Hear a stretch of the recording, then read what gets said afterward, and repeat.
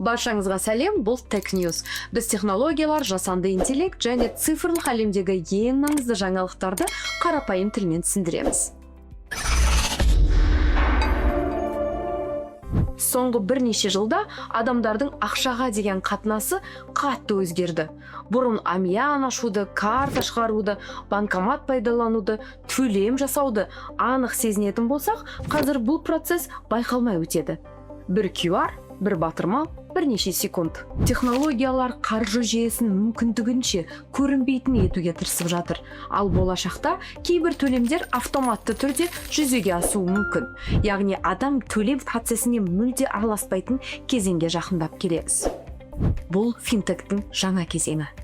Бүгін біз супер ап феномені, цифрлық теңге, криптоэкономика және болашақтағы қаржы жүйесі туралы сөйлесеміз.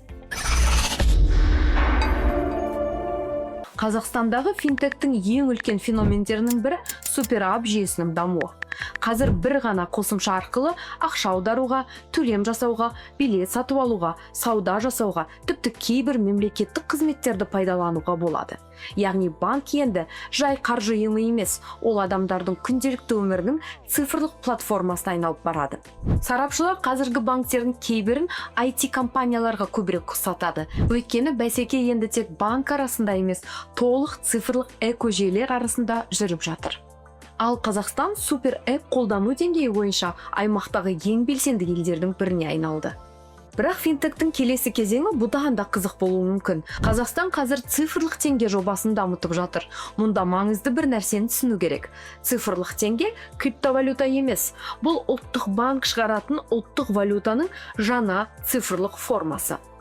Оның басты ерекшелігі бағдарламалатын ақша технологиясы. Яғни болашақта ақша белгілі бір ережелер бойынша автоматты түрде жұмыс істейді.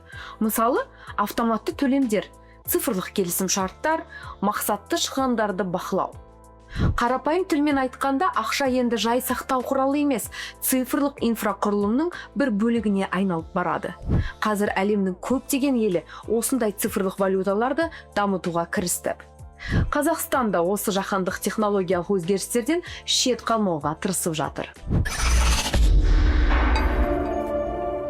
Қазір әлемде криптоэкономика мен цифрлық активтерге қызығушылық қайта күшейіп келеді. Қазір Қазақстан туралы жаңалықтарда криптохаб деген сөзді жиі ести бастадық. Көбі криптохаб дегенді бәрі биткоинмен төлейтін ел деп шатастыру мүмкін. Алайда бұл қате түсінік. Криптохаб бұл криптовалюта емес, криптоиндустрия дамитын цифрлық қаржы орталығы. Яғни мұнда елде блокчейн технологиялары дамиды. Цифрлық активтер заңмен реттеледі. Криптокомпаниялар жұмыс істейді. Финтех пен ЖИ біріктірілген жаңа қаржы жүйесі қалыптасады. Қарапайым тілмен айтқанда бұл жаңа қаржы экожүйесі. Қазақстанда дәл осындай цифрлық қаржы орталығына айналуға тырысып жатыр. Себебі болашақта қаржы жүйесі тек банктермен емес, блокчейн, ЖИ және цифрлық активтермен бірге жұмыс істейтін болады. Қаржы жүйесі дәл қазір өзінің ең үлкен трансформация кезеңін өткеріп жатыр. Ақша цифрлануда, банктер технологиялық платформаларға айналуда, ал төлемдердің өзі біртіндеп көзге көрінбейтін процеске айналып барады. Мүмкін бірнеше жылдан кейін бүгінгі банк жүйесі бізге ескі технология сияқты көрінетін шығар. Өйткені болашақтағы ақша цифрлық үлгіде және автоматты болады. Ал Қазақстан осы жаңа цифрлық қаржы әлемінде өз орнын табуға тырысып жатыр. Сіздермен бірге болған технологиялар мен цифрлық әлемнің басты жаңалықтарын айтатын Tech News жобасы. Келесі шығарылымға дейін кездескенше сау болыңыздар.